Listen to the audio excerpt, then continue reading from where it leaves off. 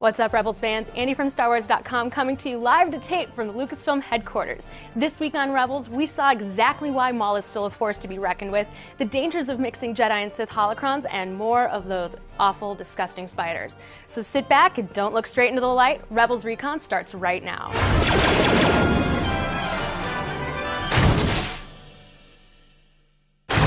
With the crew taken hostage by Maul, Kanan and Ezra agree to give him the holocrons in exchange for their friends. I shall be in touch with coordinates for a rendezvous. Seeking the Sith holocron, Ezra and Kanan contact Bendu, who warns of the danger in combining the holocrons. Once a secret is known, it cannot be unknown. But after Kanan manages to free the rebels, Ezra helps Maul combine the holocrons, revealing potentially dangerous secrets. I see him. Twin sons.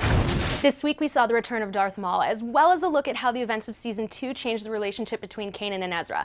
I sat down with cast and crew to talk about these changes our Jedi are experiencing and how Maul will play into their future. Watch.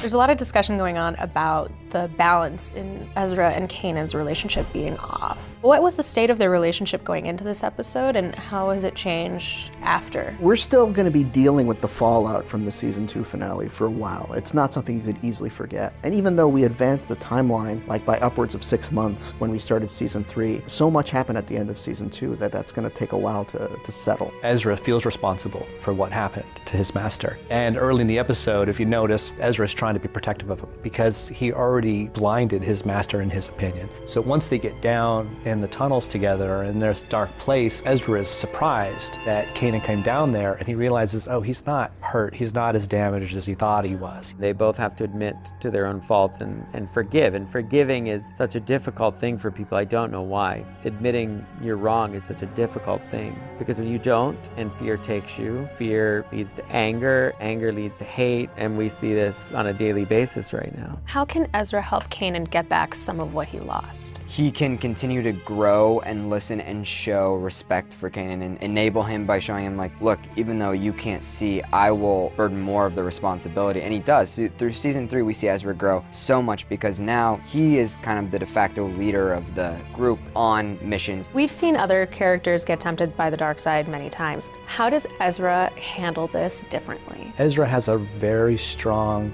family support system going for him. So even though he can be tempted by the power and wanting to use it to protect his family, he's got loving people around him who care about him. I've always felt that one of Anakin's downfalls, like it's never that Anakin was innately going to be evil, but the people around him, the Jedi, in their lack of compassion, in being so selfless that they almost forgot to care. Beyond temptation, I think he's also figuring out an angle. That's risky because you can't really game the dark side, but at the same time, I think that gives him a sense of alertness. At least he has the ability to see through Maul's attempts of temptation. Like he knows to the degree that he can't trust Maul, but what he does with that, I mean, that's what makes him Ezra. Darth Maul is back. How does Kanan handle him differently this time? There's a lot of anger there on Kanan's part, obviously. There is no way that trust is on the table. If Maul is a part of that equation, Kanan would want to be the closest one to him. He is not going to let him out of his Force-like sight. When we last saw Maul, he had been trapped on Malachor for quite some time. Now that he's escaped, what do you think is on his agenda? His victory last season was that he got off the planets, the key to everything for him.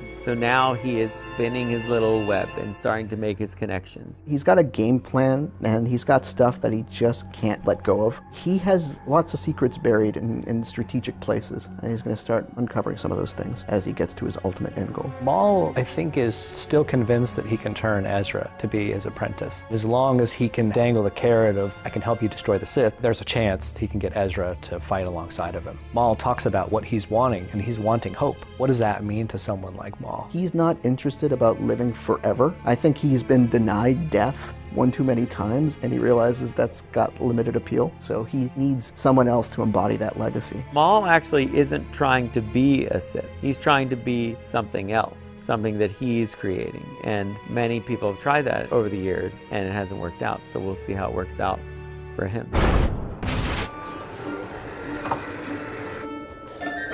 Oh, hey, Chopper. Oh, present from the UK? What is that smell? Why does it feel like it's leaking? What is this? What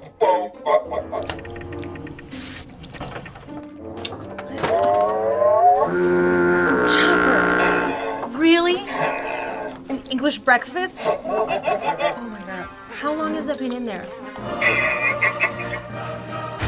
It's been quite a while since I've ambushed the Lucasfilm Story Group's Pablo Idalgo to ask him your burning Rebels questions. Too long, if you ask me. Let's change that, shall we? Hey, Pablo. What you reading? It's just research, Andy.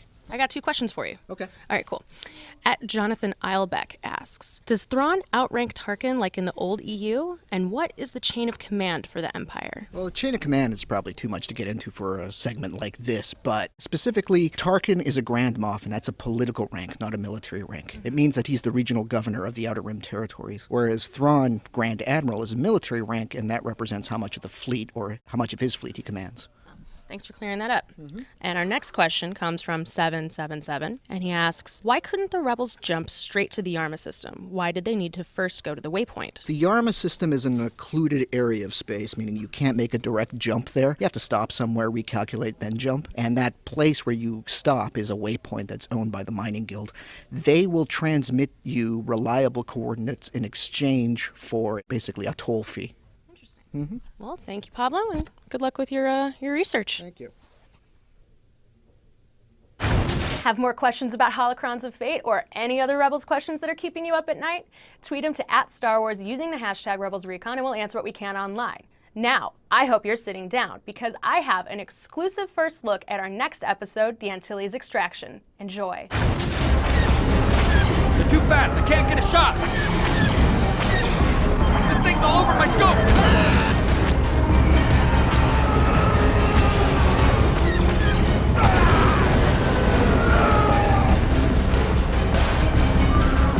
Transport to Imperial fighters. Stand down. We are unarmed. You have no right to fire on us. I beg to differ. Thanks for watching Rebels Recon. We'll be back next week with another brand new episode. In the meantime, check out our episode guide for Holocrons of Fate on StarWars.com this Monday, or if you're feeling like more Rebels goodness, check out the Star Wars Show, another show I host on this channel, where this week we are sitting down with Zeb himself, Steve Bloom, to learn more about what makes our favorite Lasat tick. I'll see you next week.